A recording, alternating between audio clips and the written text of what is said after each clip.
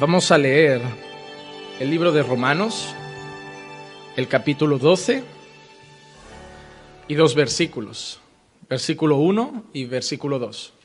Romanos capítulo 12, versículo 1 y versículo 2. Y cuando la iglesia esté me responde con un amén. Dice así: por consiguiente, hermanos, os ruego por las misericordias de Dios que presentéis vuestros cuerpos como sacrificio vivo y santo, aceptable a Dios, que es vuestro culto racional. Y no os adaptéis a este mundo, sino transformaos mediante la renovación de vuestra mente, para que verifiquéis cuál es la voluntad de Dios, lo que es bueno, aceptable y perfecto. Señor, llegamos al momento más importante de nuestro culto. Llegamos al momento, Señor, de escuchar tu palabra. Padre, te pido que por tu gracia me permitas ser fiel a las Escrituras, que no me permitas, Señor, irme ni a derecha ni a izquierda, quitarle ni ponerle, sino simplemente exponer lo que tu palabra dice. Edifica tu iglesia en esta tarde. Y te pido que la palabra que sea predicada no llegue solamente a los oídos, sino que mediante la obra de tu Espíritu Santo, esta palabra llegue a los corazones y dé fruto en cada uno de nosotros.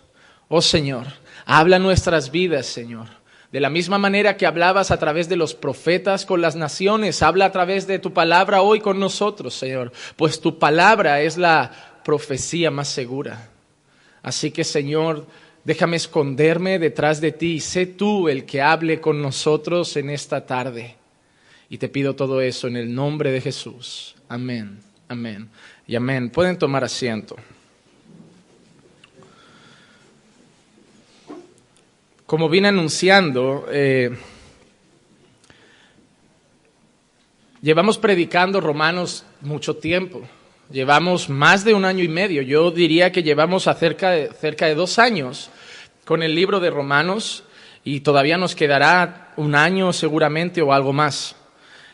Pero yo cada capítulo rogaba al Señor, quería tener prisa prácticamente para llegar a este.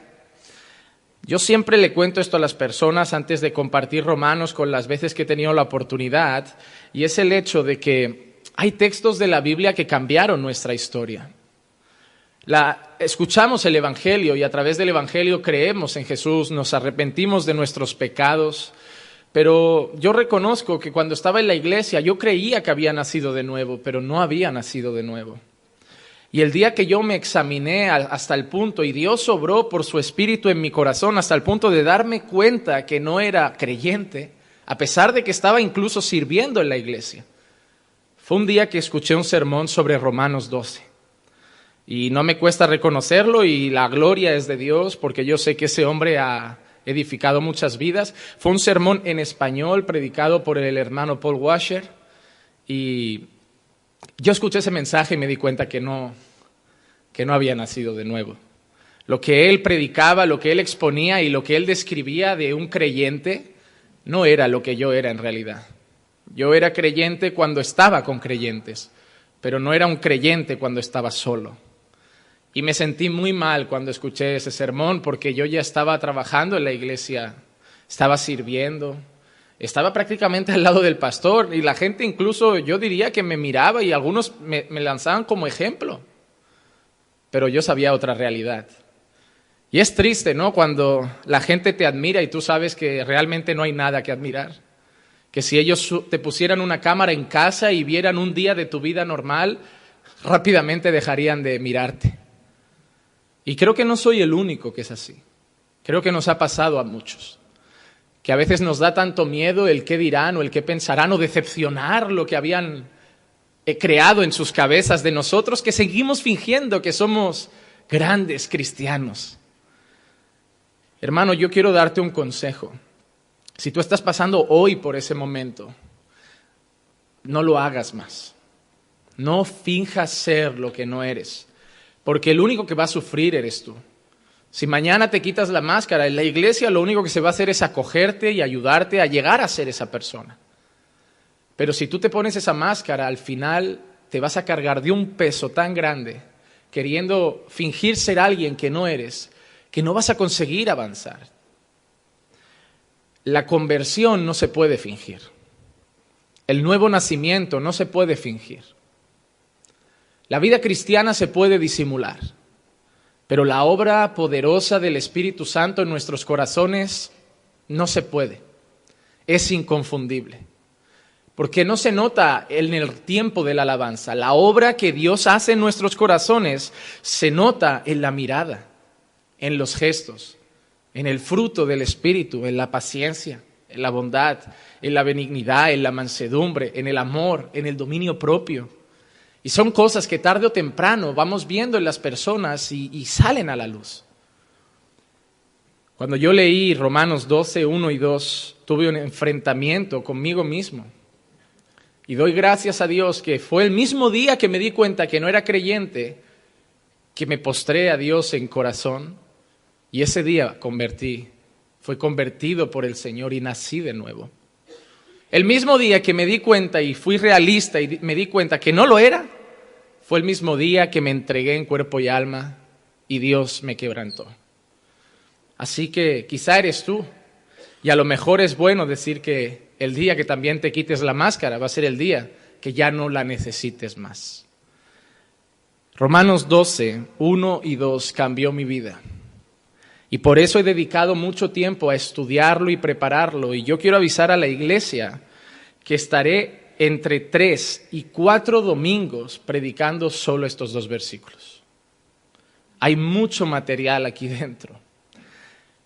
Cuando leemos Romanos 12, 1 y 2, por ejemplo, al final del versículo 2, vemos que el deseo de Pablo es que los creyentes conozcan la voluntad de Dios, que es lo bueno, aceptable y perfecto. Y ese será el primer sermón que daremos hoy, conocer y hacer la voluntad de Dios.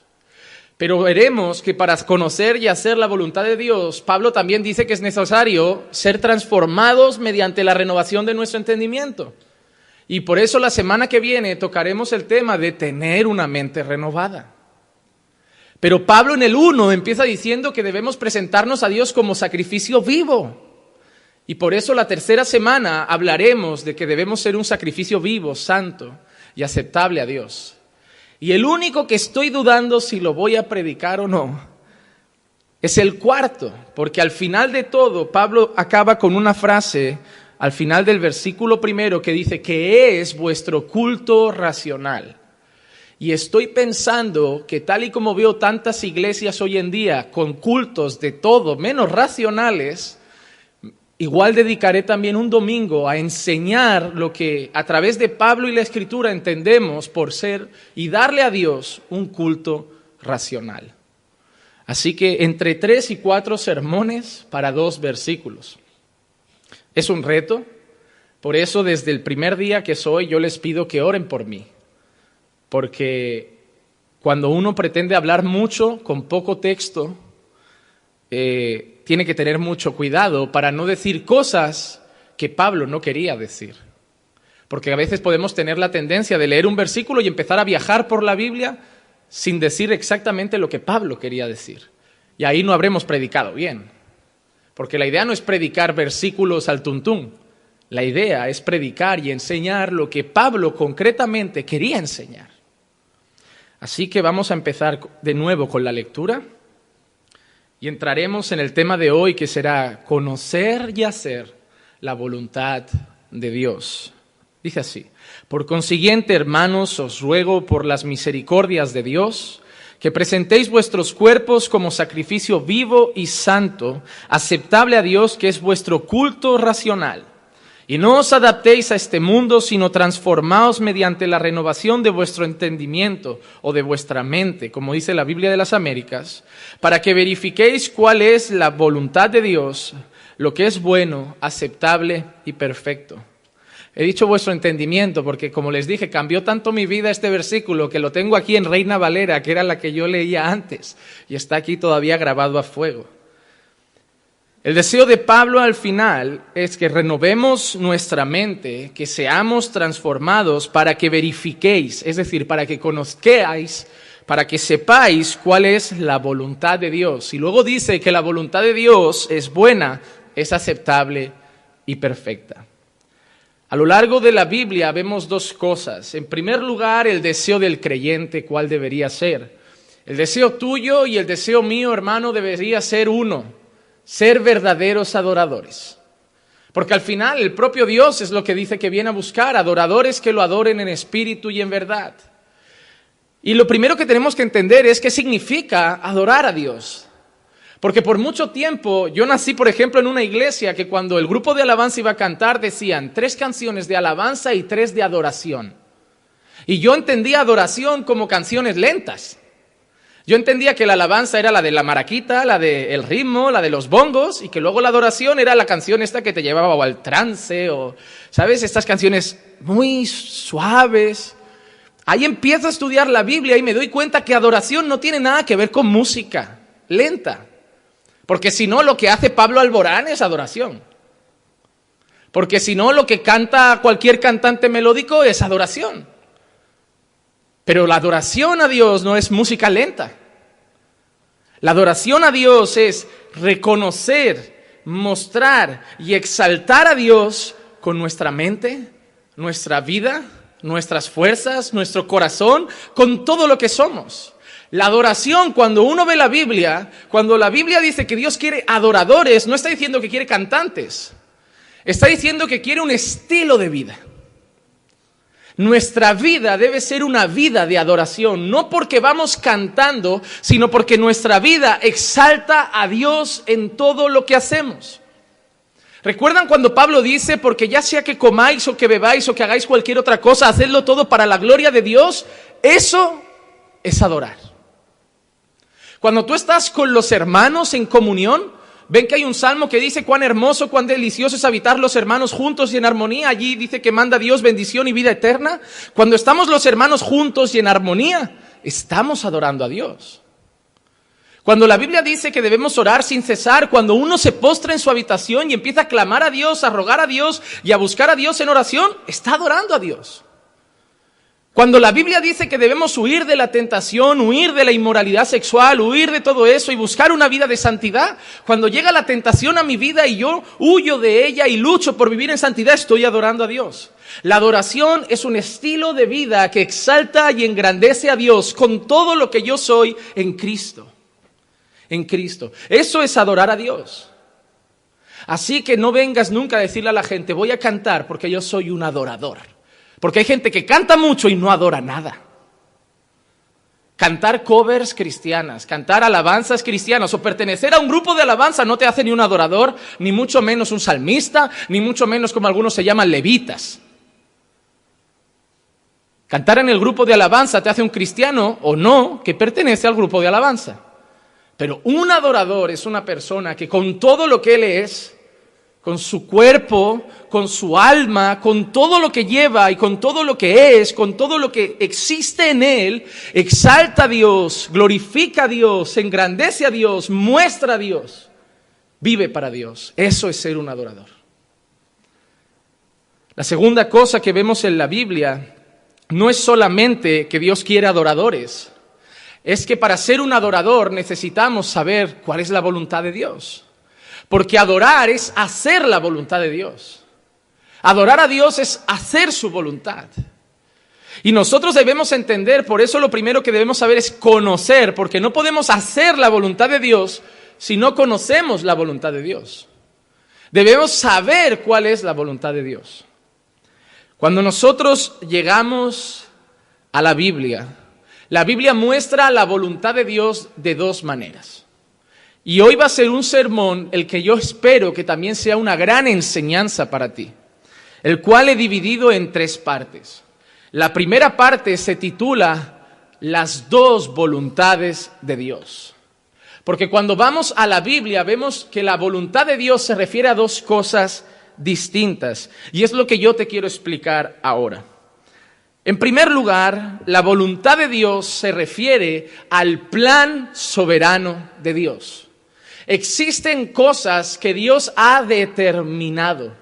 Aunque a la gente no le guste la palabra, es una palabra que está en la Biblia y existen cosas que Dios ha predestinado. No, la predestinación no creo en ella. Hermano, una cosa, ¿qué es predestinar? Algo que antes de que pase ya está destinado a pasar. Yo te pregunto, ¿Jesús va a volver? ¿Sí o no? ¿Va a volver un día? ¿Sí o no? ¿Está predestinado? ¿Sí o no? No sabemos cuándo. No sabemos qué día, ni el día ni la hora. ¿Pero qué sabemos? Que va a volver. ¿Está destinado a eso que pase? ¿Dios lo ha predestinado? ¿Alguien lo puede impedir? Esa es la primera voluntad de Dios. El plan que Dios tiene y que pase lo que pase, se va a cumplir. Hermano, tú estás aquí porque Dios determinó en su voluntad que tú estuvieras aquí. Dios tenía un plan para ti. Quería que tú nacieras, quería que tú existieras, incluso te quería salvar. Y por eso estás aquí. Y nada impidió que pasara eso. Y lo vamos a ver en la Escritura, vamos a ver ejemplos para que entendáis la voluntad de Dios en primer lugar, que es la voluntad soberana, el plan que Dios ha trazado y que nada ni nadie puede cambiar. Vamos a ver ejemplos. Primero, Mateo 26:39.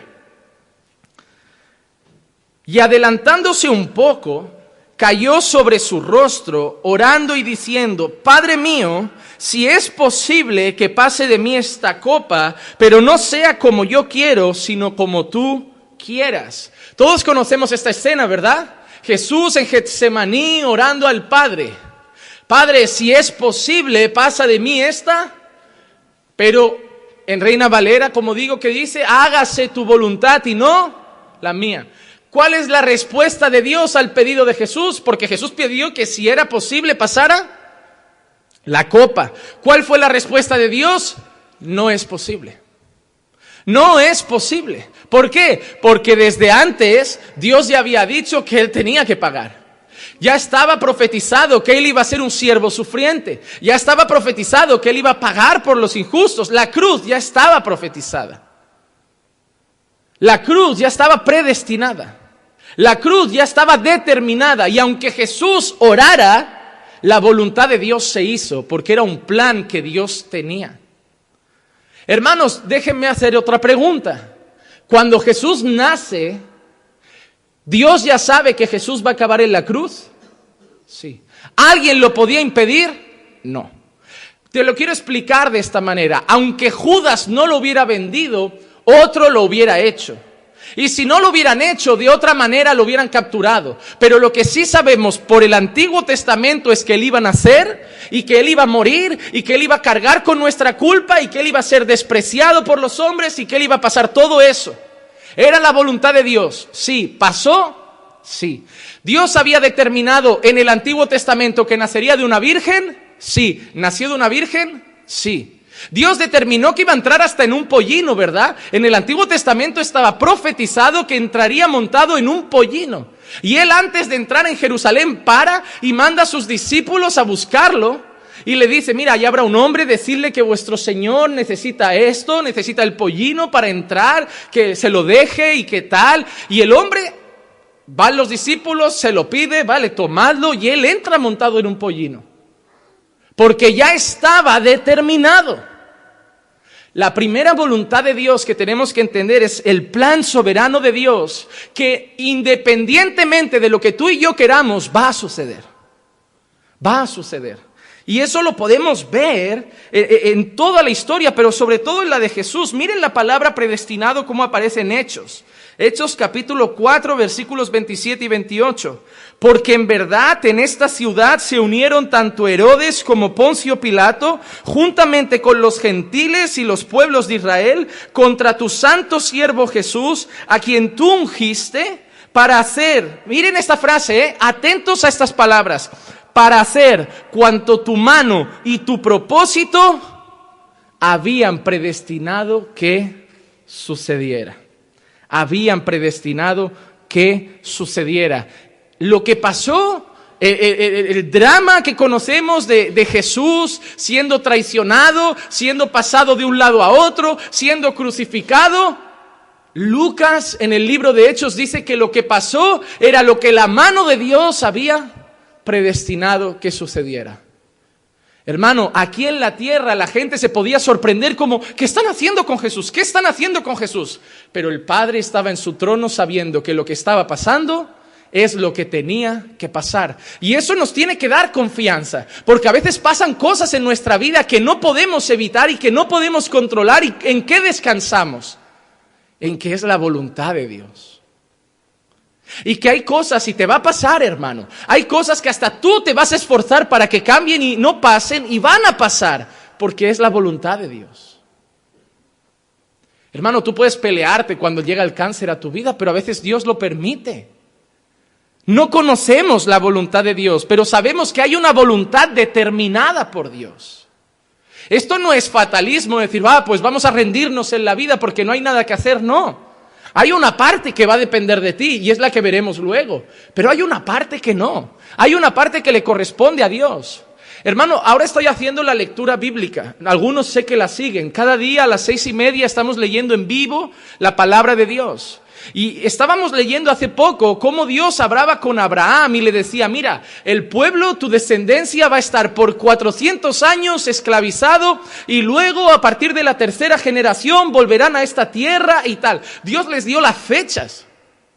Cuando nosotros vemos al pueblo de Israel cautivo en Egipto, no fue una sorpresa para Dios, porque mucho antes Dios ya le había dicho a Abraham que iban a ser esclavos, incluso cuántos años. Y no fueron ni 399 ni 401, fueron 400. ¿Por qué? Porque así Dios lo había querido. Recuerda muchas veces que los mismos profetas anunciaban cosas futuras y pasaban. Porque Dios determinaba cosas y nadie las podía impedir. ¿Recuerdan los sueños de José?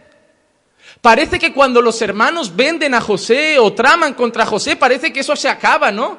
Porque en los sueños los hermanos se iban a postrar ante José. José iba a ser engrandecido por Dios. Pero cuando los hermanos hacen eso contra José, parece que la voluntad de Dios ha fallado. Pero ¿qué pasa al final de la historia?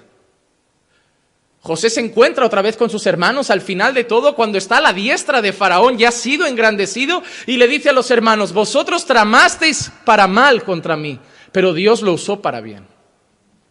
La historia parece que se le estaba yendo a Dios de las manos, pero yo me imagino a Dios con una sonrisa ligera en el rostro desde arriba pensando, ¿creéis que vais a acabar con lo que he planeado? Es imposible, porque lo que he determinado que pase va a pasar. Y si yo le di un sueño a José, yo le dije a José en ese sueño y le mostré que él iba a ser engrandecido, aunque lo vendáis, aunque lo tiréis, aunque lo entreguéis a quien sea, lo voy a poner donde le he mostrado que lo voy a poner. La primera voluntad de Dios es esa, la voluntad que Dios ha determinado que suceda independientemente de lo que nosotros queramos. Miren la pregunta que les voy a hacer. ¿Usted puede impedir que un día haya un juicio? ¿O todos vamos a pasar por el juicio de Dios? ¿Vamos a pasar, sí o no? ¿Depende de nosotros? ¿Podemos impedirlo? Pero Dios ha determinado que hay un juicio, porque todos comparecerán ante el tribunal de Cristo. Nosotros no podemos impedirlo, es una voluntad que Dios ha decretado. Y hagamos lo que hagamos, aunque corramos y nos escondamos en las piedras, y vamos a pasar por ahí. De la misma manera hemos dicho que Jesús va a volver. Hermano, ¿tú y yo podemos impedir que vuelva? Aunque nosotros oremos para que no vuelva, ¿va a acabar volviendo? Sí, porque Él dijo que vendrá, que volverá. Él anunció su segunda venida. Es una voluntad que no depende de nosotros. Miren, otro pasaje muy claro, Efesios 1:11. También hemos obtenido herencia, habiendo sido predestinados según el propósito de aquel que obra todas las cosas conforme al consejo de su voluntad. Pablo está diciéndole a la iglesia en Éfeso que ellos han sido predestinados. ¿Por qué? Porque lo ha hecho Dios. ¿Y por qué? Porque le da la gana. Cuando Pablo dice, aquel que obra todas las cosas conforme al consejo de su voluntad, Pablo está diciendo, Dios hace las cosas que hace porque las quiere hacer. Y Dios no tiene que dar explicaciones. Hermano, muchas veces vas a orar a Dios solo para preguntarle por qué esto, por qué aquello. No esperes que Dios te justifique sus acciones. Dios nunca tiene por qué rendirte cuentas a ti. Tú sí debes rendirle cuentas a Dios. Pero muchas veces vas a Dios cuando pasan cosas en tu vida y le preguntas a Dios, ¿por qué? Oh, hermano, si escucharas la voz de Dios, posiblemente te diría, porque yo quiero. Y es suficiente. Ya, pero ¿por qué lo quieres hacer así? Porque soy Dios. Ya, pero ¿por qué no lo haces de esa manera? Porque soy Dios. Ya, pero ¿por qué usas este medio? Porque soy Dios. Hago lo que quiero, lo hago con quien quiero, lo hago cuando quiero, lo hago como quiero y lo hago si quiero. Tú puedes declarar, profetizar, exigir, echarle la palabra en cara y Dios va a hacer lo que le dé la gana porque Él es Dios. Tu oración no cambia la voluntad de Dios. No sé quién inventó eso de nuestra fe mueve la mano de Dios. No, la mano de Dios se mueve cuando quiere. Tu fe no mueve la mano de Dios. Tú puedes tener mucha fe, tu madre tener cáncer, orar con fe y morir de cáncer, porque tu fe no va a mover la mano de Dios. Porque si no, nadie de nuestras familias moriría. Porque todos pedimos que nuestra madre no muera, que nuestra abuela no muera, que nuestro hijo no muera. Y pasan accidentes, llegan enfermedades. ¿Por qué murió? ¿Te faltó fe? No, no te faltó fe, era la voluntad de Dios. No la entendemos muchas veces, no la comprendemos, somos limitados, somos humanos, pero creemos que Dios tiene una voluntad, Dios tiene un plan. ¿Tú no le has dicho nunca a nadie, Dios tiene un plan para tu vida? ¿Tú crees que Dios tiene un plan para tu vida o que eres fruto de una casualidad o que Dios está jugando a los dados contigo y a ver qué toca? Hermano, tú no eres una ficha de parchís que Dios tira, sale un 6 y te mueve un poco. Dios ha trazado tu historia, Dios ha escrito tu historia. Yo creo que Dios tiene un plan para tu vida, para la tuya y para la de todos. Dios tiene un plan, Dios es soberano, Dios ha decretado cosas que ni siquiera dependen de nosotros. Una mujer puede querer ser madre, pero si Dios ha determinado que sea estéril, va a tener que adoptar.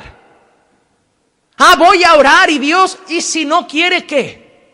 Ya, pero lo hizo con Sara, lo hizo con aquella, lo hizo con la otra y con otras muchas no lo hizo.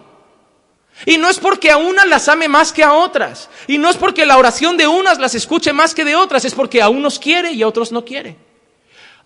Cuando digo quiere me refiero que a algunos quiere responder esa oración y otros no quiere hacer esa voluntad. Pero las respuestas de Dios a nuestras oraciones no se miden por si nos ama más o menos. Hay gente que cree que cuanto más Dios le da, más lo ama. Hermano, al contrario. Como un hombre dijo una vez, si el amor de Dios se midiera por nuestra salud, nuestra riqueza y nuestra buena vida, Dios odiaba al apóstol Pablo.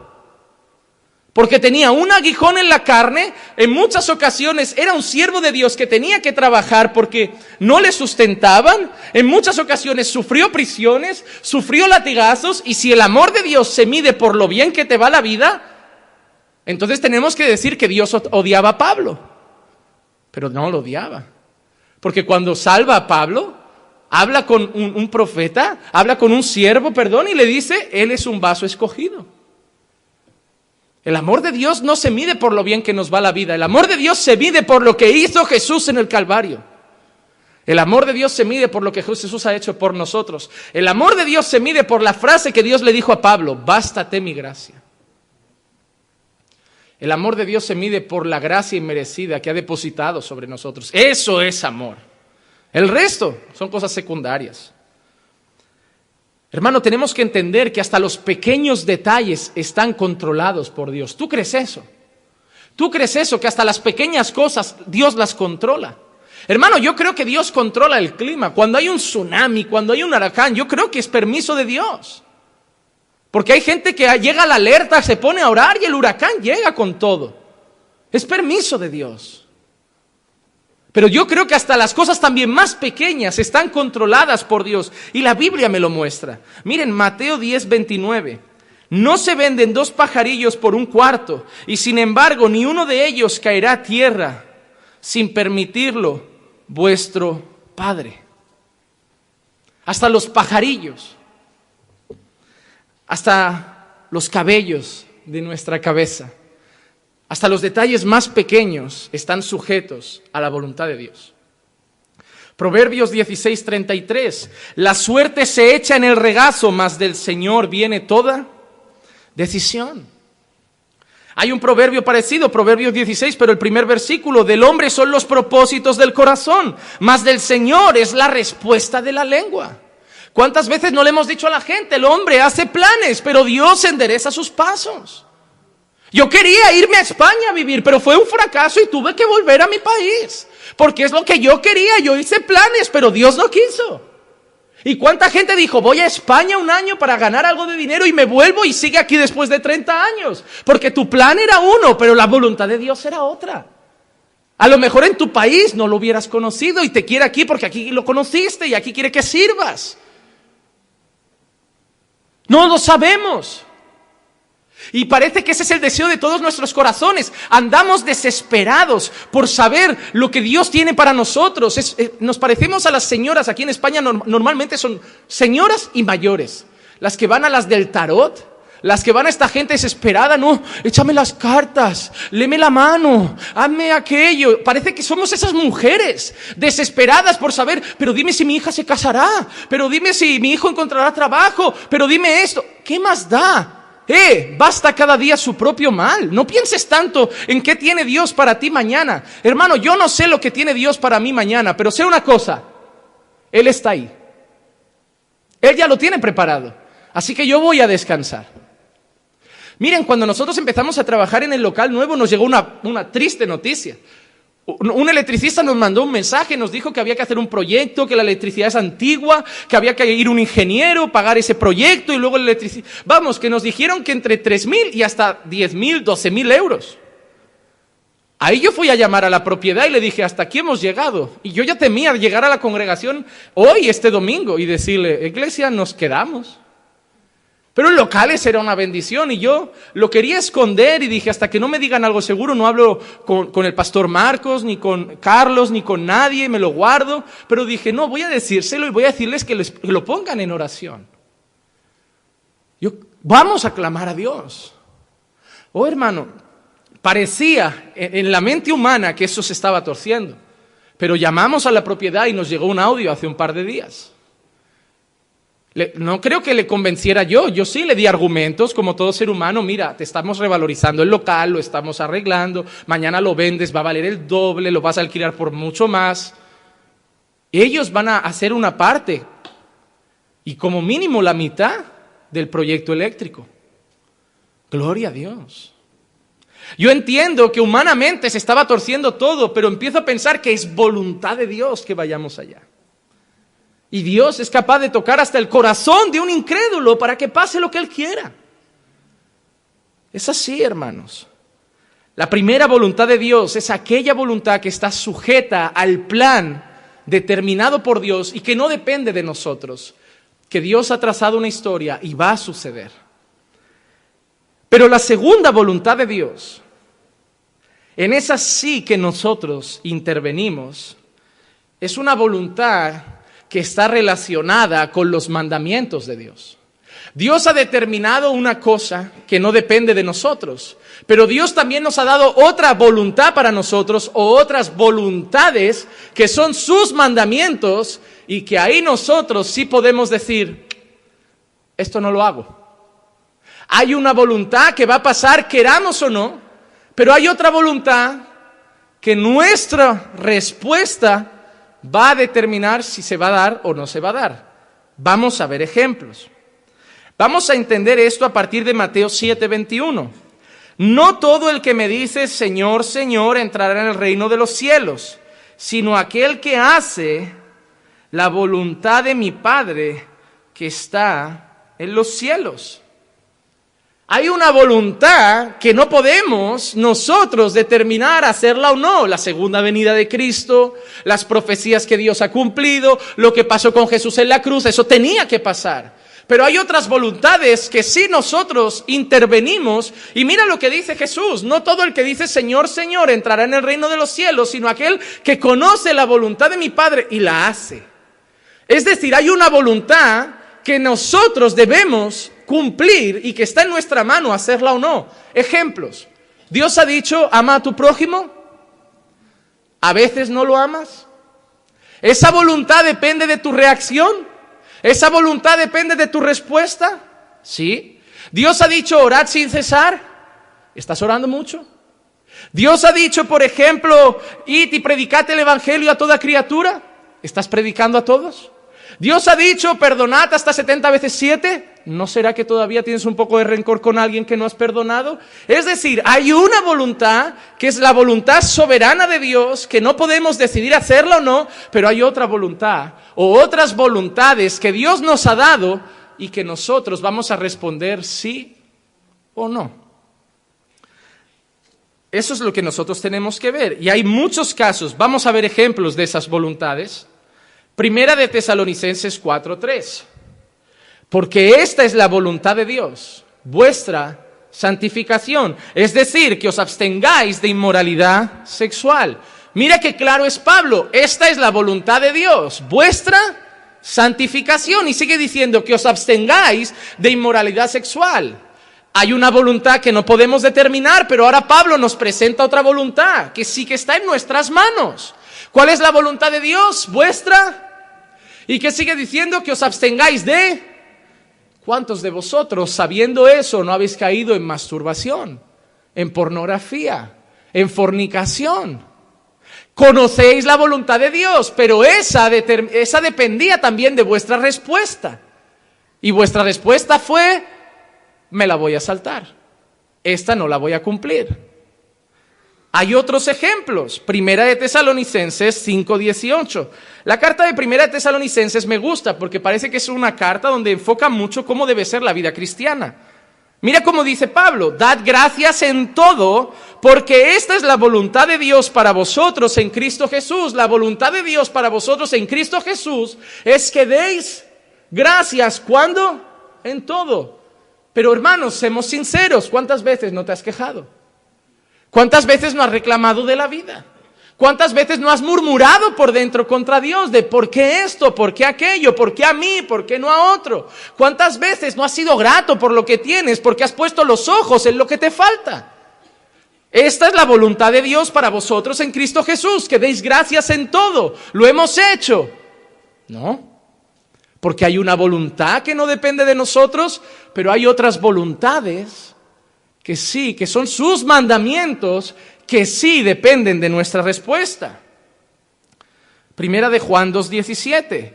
El mundo pasa y también sus pasiones, pero el que hace la voluntad de Dios permanece para siempre. No se refiere otra vez a la voluntad determinada, sino a aquel que vive una vida de obediencia. Mira lo que ha dicho Juan: el mundo pasa y sus pasiones, pero el que hace la voluntad de Dios permanece. Es muy parecido a lo que ha dicho Jesús. Muchos dirán, Señor, Señor, pero no entrarán en el reino de los cielos. ¿Quién entrará? Aquel que conoce la voluntad de Dios y la hace. Parece que lo que están diciendo los textos es que nos tenemos que ganar la salvación haciendo la voluntad de Dios. Pero lo que vemos en toda la Biblia es algo parecido, pero muy diferente. No es que nos tengamos que ganar la salvación haciendo la voluntad de Dios, sino que aquel que hace la voluntad de Dios es la prueba y evidencia de que ha sido salvo por Dios. Porque si no, sería salvación por obras. La prueba de que yo soy salvo es que conozco la voluntad de Dios y en vez de decir que no, la hago. Si yo sé que Dios ha dicho, esta es la voluntad de Dios, que deis gracias en todo, me voy a poner a orar, a ayunar, a buscar a Dios para ser una persona agradecida. Si esta es la voluntad de Dios, vuestra santificación, que os abstengáis de inmoralidad sexual, voy a ayunar, voy a orar y voy a luchar para acabar con toda la inmoralidad sexual que hay en mi vida. Porque no me quiero ganar la salvación, pero yo voy a demostrar que he nacido de nuevo. Porque hay dos tipos de personas, las que siguen pecando y se excusan diciendo, es que todos somos pecadores, pero hay otros que no pecan, no lo practican, que luchan con el pecado y tú dices, ay tú, yo también soy un pecador, pero yo he nacido de nuevo. Yo ya no soy esclavo del pecado, yo ahora soy nueva criatura.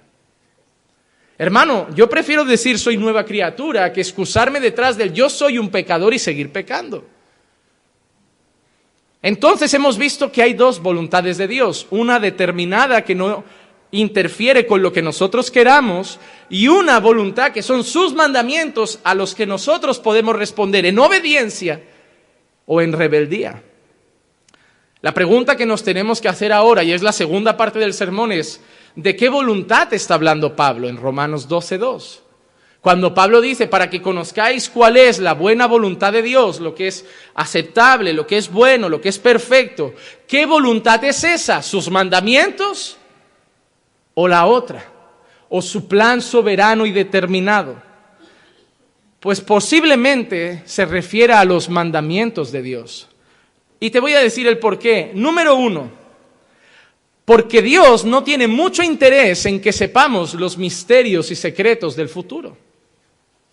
Deuteronomio 29:29 dice, las cosas secretas pertenecen al Señor nuestro Dios, mas las cosas reveladas nos pertenecen a nosotros y a nuestros hijos para siempre, a fin de que guardemos todas las palabras de la ley. Dios no tiene mucho interés de darnos muchos datos del futuro. Y te voy a decir por qué, y es lógico. Imagínate que Dios te dijera, Carlos, te vas a morir el 28 de enero de 2020. Tú entrarás en shock. Si ya cuando alguien va al médico y le dice tienes cáncer, te he hecho 6 meses de vida, ya parece que los tira a la basura porque entra, ¿qué hago? Imagínate que Dios naciéramos y nos mandara una carta y nos dijera, toma, este es mi plan para tu futuro, vas a morir tal año, tal día y a tal hora, y vas a morir de esto, te va a atropellar un autobús. No voy a salir de casa, me voy a encerrar. Te digo una cosa, si es el plan de Dios, va a pasar el autobús por tu cama, hermano. Pero va a pasar. Te va a llamar tu madre que está enferma, que la ayudes a coger las compras, vas a decir, bueno, no salgo nunca, solo salgo a ayudar a mi madre. Ese día va a pasar el bus. Es el plan de Dios. Dios no tiene mucho interés de que sepamos muchas cosas. Y ahí vive la gente. ¿Y con quién me voy a casar? ¿Y quién es la ideal para mí? ¿Y quién será mi ayuda idónea que Dios ha preparado? No lo sabe nadie, hermano. No sabía si es la mía Clisia. A mí no me vino un ángel y me dijo, Clisia es. No llegué a la cafetería donde trabajaba y se iluminó algo alrededor y una flecha indicaba, es esta. Nadie lo sabe. A veces algunos llevamos casados muchos años, otros llevan más todavía y miran al lado y se preguntan, ¿será que era? ¿Será que era esta misma? A ver si no me he equivocado. Pero si es la que tienes ya al lado, es esa, Es esa. No te separes diciendo, creo que me he equivocado, voy a probar otra vez. No. Si te has casado es esa. Es esa. Pero Dios no tiene mucho interés y Él lo dice. Cuando le preguntan a Jesús cuándo va a ser el fin de todo, cuándo va a ser su segunda venida, ¿Él qué dice? ¿El día y la hora? Solo Dios lo sabe, ni Él lo reveló, ni los ángeles lo dicen. Hay cosas que Dios no quiere que sepamos. Dios sabía que José iba a llegar a ser un hombre escogido al lado de Faraón, lo sabía. Te aseguro una cosa, Dios sabía que iba a pasar todo lo que pasó. Pero imagínate que a José le dice, José, mira, vas a ir un día con tus hermanos, te van a tender una emboscada, te van a tirar a un pozo, van a tramar matarte, pero gracias a mí que uno se va a iluminar y decir, oye, no lo matemos, pobrecito que es hermano, vamos a venderlo, vamos a hacer esto, vamos a hacer aquello. Si le hubiera dicho eso, cuando los hermanos le hubieran dicho a José, José, vente al campito un rato, no hubiera ido, hermano. Dios no tiene interés de contarnos qué va a pasar mañana. Hay mucha gente que si Dios le dijera hoy le queda un año de vida es capaz de renunciar a la iglesia, gastarse el dinero, viajar, hacer de todo. Dios no quiere que lo sepas. Así que también déjame darte un consejo. Deja de buscar en iglesias, en pastores, en oración, en el futuro, que Dios te vaya diciendo lo que te va a pasar mañana.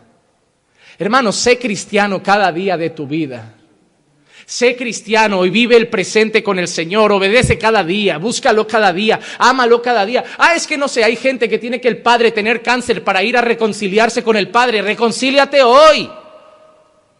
Tengo que esperar que mi madre se muera para llevarle flores a la tumba llorando y decir, ay, te tenía que haber visto más, te tenía que haber ido a ver más, te tenía que haber dicho que te amaba más. Hazlo hoy. No tienes que esperar que pase una desgracia para arrepentirte de lo que no has hecho hoy. El cristiano vive el día a día amando, perdonando, reconciliándose. Espero que hoy, después del culto, algunos llaméis a vuestra tierra, a hablar con vuestro padre, que a lo mejor hace años que no le decís, papá, te amo. Pero es que me trató mal. Perdónalo hoy. Ámalo hoy. No esperes que te llegue una llamada de tu país diciendo, tu papá murió. Y vengas llorando, pastor, no me dio tiempo a arrepentirte. Te dio y no quisiste. Hazlo hoy.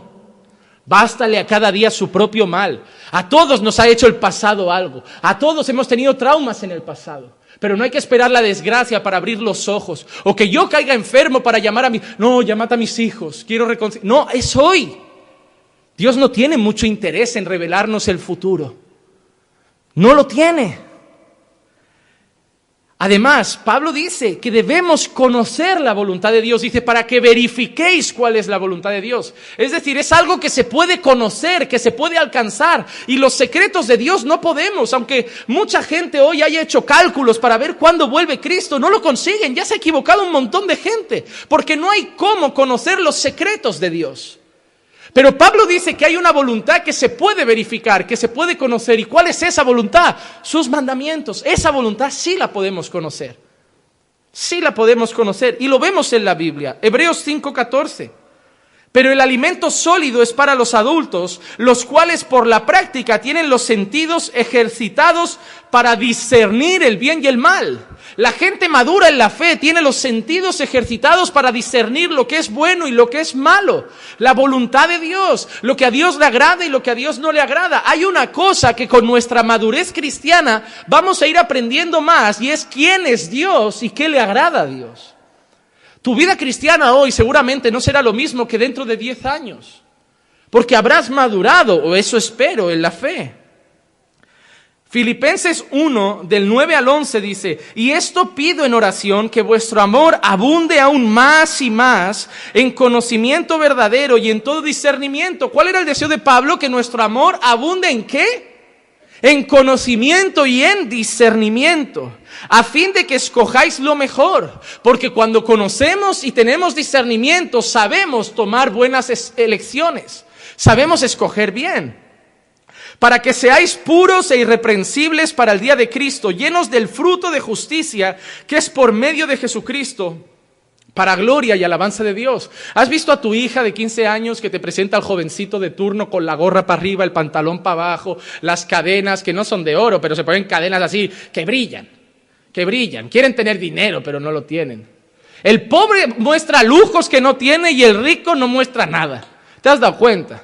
Es una cosa muy extraña. Pero hermanos, te llega tu quinceañera con el elemento.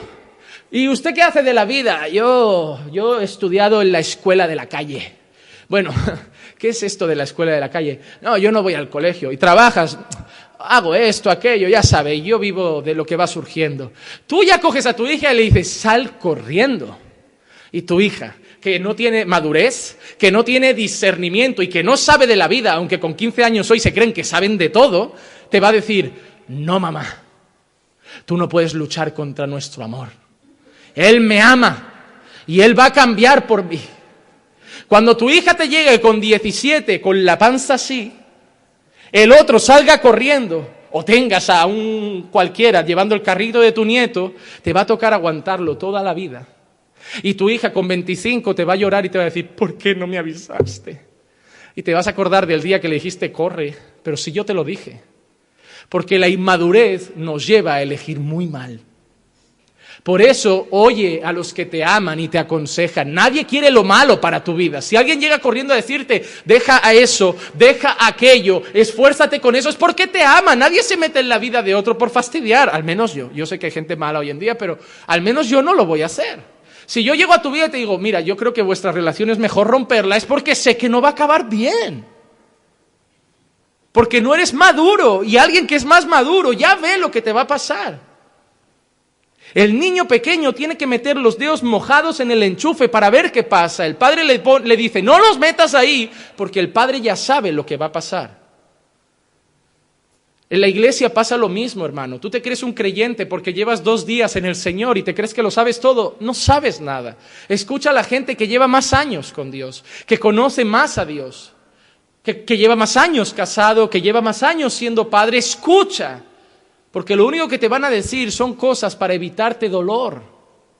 Porque la gente inmadura no sabe elegir bien. Por eso el deseo de Pablo es que crezcamos en conocimiento y discernimiento. Si hay algo que falta hoy en la iglesia cristiana, son esas 2 palabras. Por eso hay un montón de gente diciendo amén en un montón de iglesias a cualquier burrada. Porque no tienen ni conocimiento ni discernimiento. para ver que lo que tienen delante es una herejía y un falso profeta. Hoy cualquier persona con traje, corbata y un par de palabras de motivación es un gran pastor o un conferencista internacional, porque es lo que se lleva hoy en la iglesia.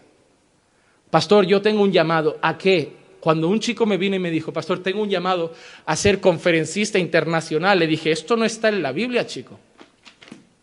Esto no está aquí. Aquí hay pastores, aquí hay predicadores, aquí hay misioneros, aquí hay evangelistas, aquí hay maestros. Aquí no hay conferencistas internacionales. Te digo lo que quieres ser famoso, que te lleven de hotel en hotel, de aeropuerto en aeropuerto y vivir del cuento. Eres un vago que no quieres dar palo al agua y quieres usar la fe y la Biblia para ganar mucho dinerito y poner tu cara en muchas fotos. No apareció después de 2 semanas en la iglesia y no me explico el por qué.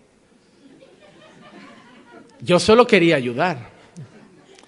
Pero es lo que pasa, eso también es una señal de madurez. El inmaduro, cuando le presentas la verdad, se va.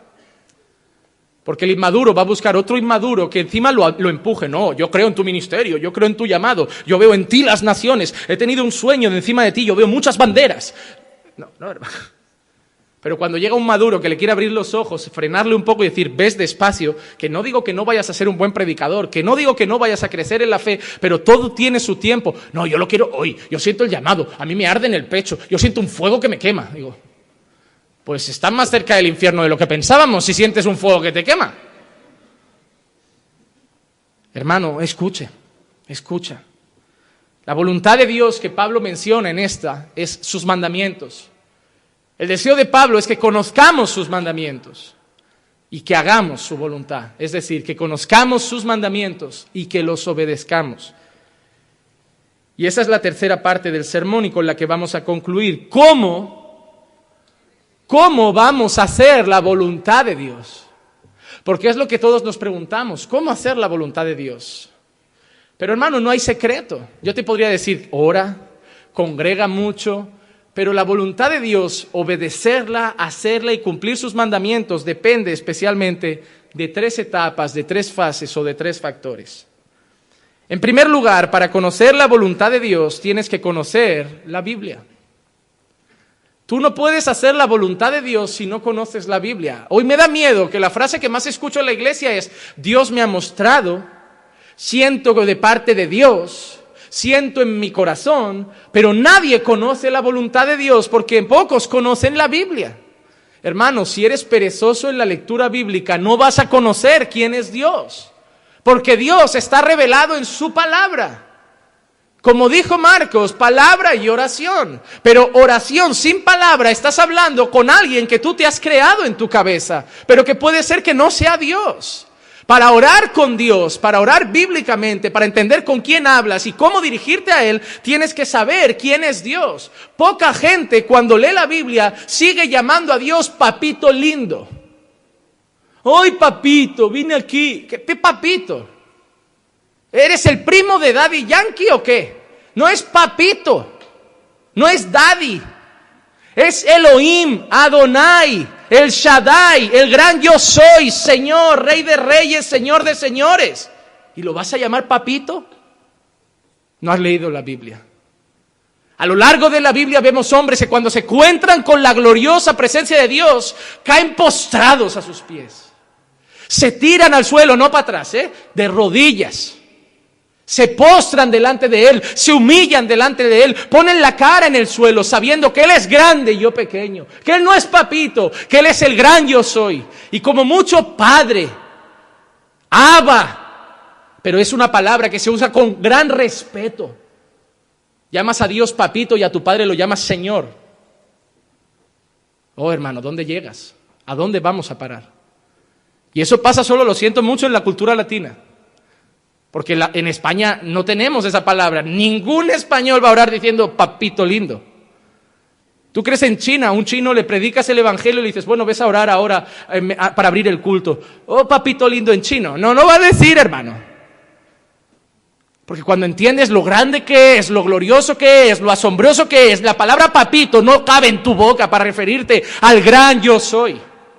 Él es Dios, hermano, el creador del universo.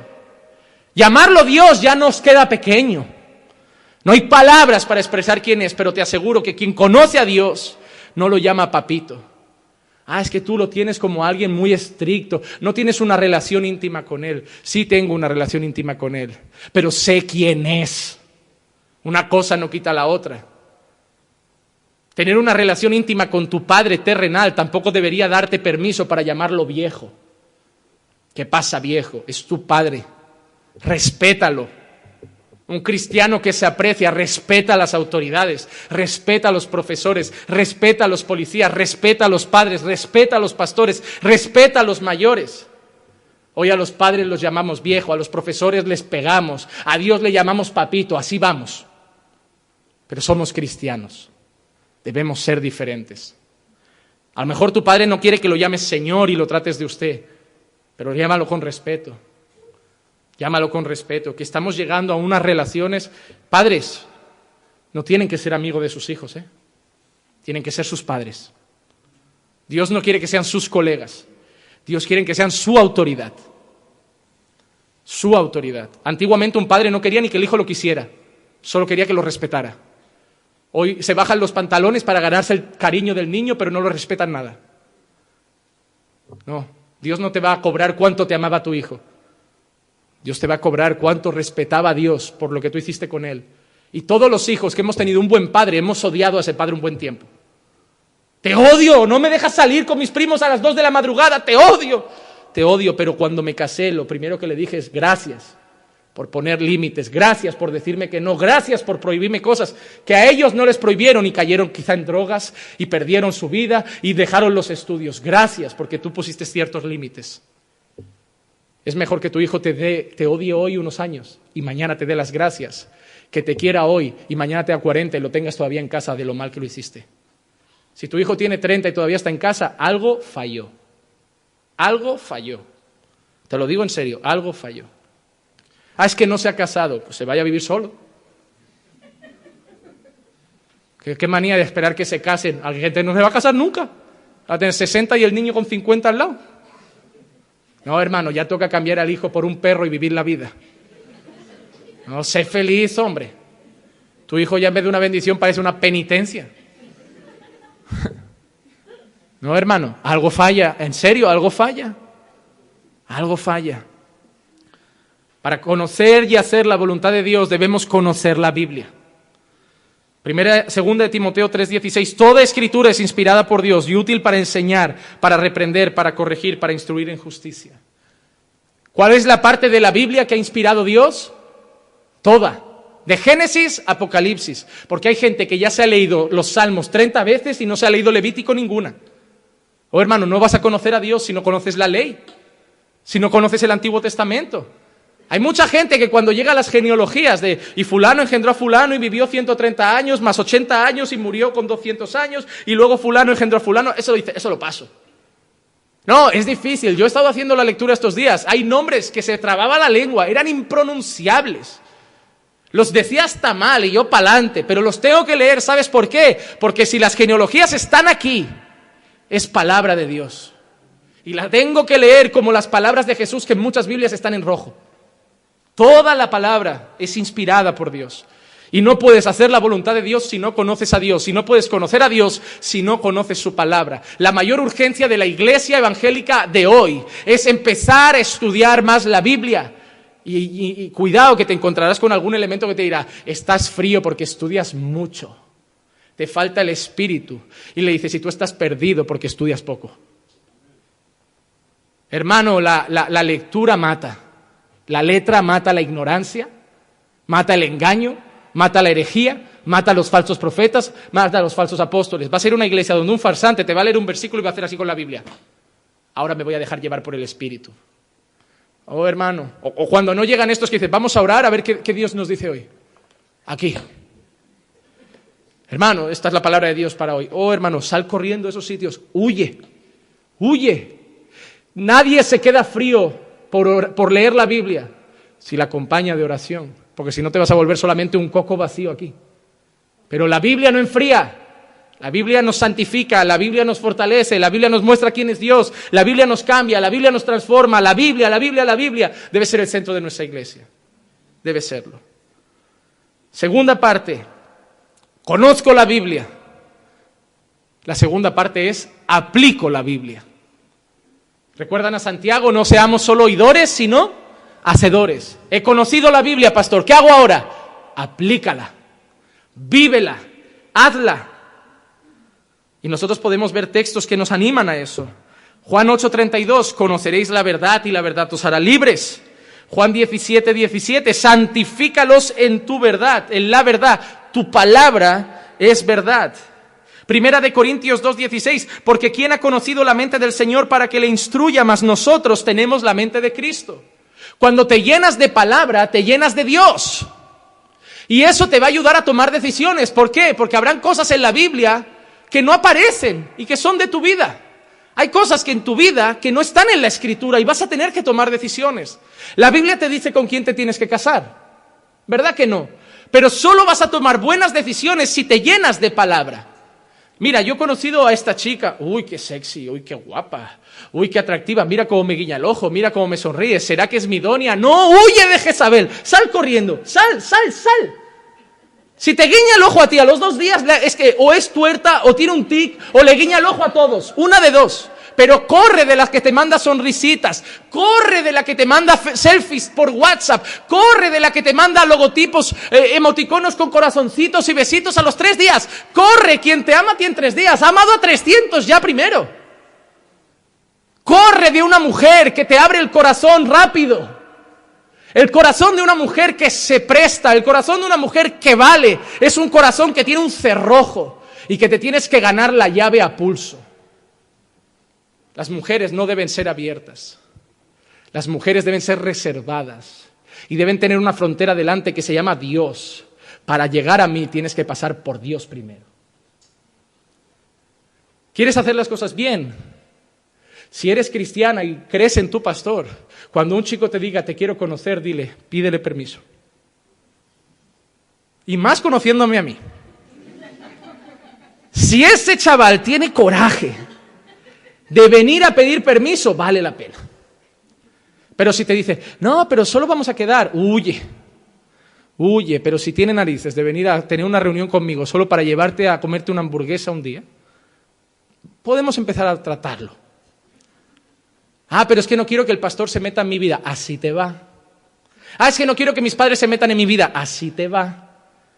Noviazgo en solitario, divorcio anunciado. Y lo peor que el noviazgo te lo comes solita, pero el divorcio nos va a tocar sufrirlo a todos. Porque te vas a divorciar en la iglesia, ya no podréis congregar juntos, os queremos a los dos, uno se va a tener que ir, eso nos va a traer dolor, porque a quien elegimos no podemos elegir, pero vamos a perder a un hermano. ¿Por qué? Porque os dio la gana hacer lo que quisisteis. ¿Qué dice la Biblia? Que una mujer tiene que ser casta, modesta, pudorosa, amar a Dios sobre todas las cosas, respetar a sus padres, honrar a sus padres, respetar a sus líderes, a sus pastores, hacer esto, hacer aquello. La Biblia no te dice con quién casarte, pero te dice cómo debe ser. Y si tú conoces la Biblia, puedes aplicarla a tu vida y tomar buenas decisiones. Pero si te rebelas contra Dios, luego no vengas llorando al despacho, pastor, ayúdenos. No, te metiste sola, sales sola. Porque eso es lo que pasa en muchas casas. El error lo queréis cocinar solos, pero el plato lo tenemos que comer juntos. Eso es muy egoísta, hermano. La Biblia no habla de todo. No me dice qué carrera estudiar. La Biblia te dice qué trabajo tienes que coger. ¿Sí o no? Te dice qué trabajo hacer. Pero si a ti te ofrecen de ser camarero en un prostíbulo, ¿lo vas a aceptar? No, porque conoces a Dios, conoces la Biblia y te das sabiduría para saber qué elegir y qué no elegir. Todos los trabajos son dignos. Pero como digo yo, pero no son todos para los cristianos. Todos los trabajos son dignos, pero no todos sirven para un cristiano. Hermano, yo he trabajado de camarero y te digo que soy cristiano y nunca volvería a trabajar de camarero. Porque a mí me dolería como cristiano ver como hombres, en vez de ir a su casa, se pasan 3 horas en un bar bebiendo cerveza con los amigos, o se gastan la pensión en una máquina tragaperras, o viven haciendo esto, y yo les sirvo las copas, y yo les sirvo los cubatas, y yo les sirvo el carajillo, y yo por dentro me lleno de ganas de decir, oye, conoce al Señor, y no puedo porque estoy en mi trabajo. Yo prefiero no trabajar ahí porque yo viviría atormentado. Yo hablo de mí. El trabajo es digno, sí, pero a mí me sentaría mal estar ahí. Porque ¿cómo yo voy a querer que la gente tenga una vida así y luego en mi trabajo yo les facilito otro tipo de vida? Un trabajo que te quita de venir a los cultos cuando la Biblia dice no dejando de congregar. Un trabajo que te impide estar con tu familia o en la iglesia, no es de Dios. La Biblia no te dice qué trabajo coger. La Biblia no te dice muchas cosas. Pero conocer la Biblia te da sabiduría y madurez para tomar mejores decisiones. Hemos dicho, conoce la Biblia. Hemos dicho, aplica la Biblia. Y tercer y último punto, con esto terminamos. Sé transformado por la Biblia. Hay que conocer la Biblia, hay que aplicar la Biblia, pero debemos buscar ser transformados por la Biblia. ¿Por qué, pastor? Porque hay muchas cosas que no da tiempo de pensarlas. La mayoría de las cosas que hacemos en la vida no las podemos meditar. Cuando un coche se te cruza en medio de la autopista y no ha puesto el intermitente y casi tienes un accidente y va tu familia adentro, en ese instante, en cuestión de un segundo, sale el monstruo que llevas dentro. No tienes tiempo de pensar, de decir, no, tengo que tener dominio propio. No, en ese instante brota todo de dentro. Y por eso necesitamos, para hacer bien la voluntad de Dios, porque en ese momento que teníamos que hacer, pitarle, gritarle, ponernos al lado, mirar así, párate ahora. ¿No? ¿Qué tendríamos que hacer? Respirar hondo, paciencia, dominio propio, pero eso es un segundo. Y solo conseguiremos hacer la voluntad de Dios en ese segundo si hemos sido transformados por Dios. Hay cosas que tú puedes pararte, meditar, tomar la decisión, pero hay otras que es un segundo. Tu marido te acaba de pisar el pie, es un segundo lo que vas a contestar. Huele a quemado en la cocina, llegas cansado del trabajo y tu mujer te acaba de decir, mira, se quemó toda la cena. Es un segundo tu cara lo que va a expresar. Y ese segundo también muestra quiénes somos. Porque es muy fácil fingir ser cristianos cuando tienes un año para mentalizarte. No, lo voy a hacer bien, voy a ir tranquilo, voy a ser paciente. Pero es ese segundo lo que muestra lo que de verdad somos. A ti no te habrá pasado, pero a muchos nos pasa que a lo mejor la manera que reaccionábamos hace 10 años es diferente a la que pueden reaccionar ahora. Ahora le pisan y... Te amo. Poco a poco. Yo empecé cambiando las palabras. Yo cambié mier por miércoles. Poco a poco. Y Dios te va transformando hasta el punto que te pisan y tú... No pasa nada. Sí, sé que ha sido un accidente, ¿verdad? No has querido hacerlo. Aunque me has visto, Pero Dios te tiene que transformar, hermano.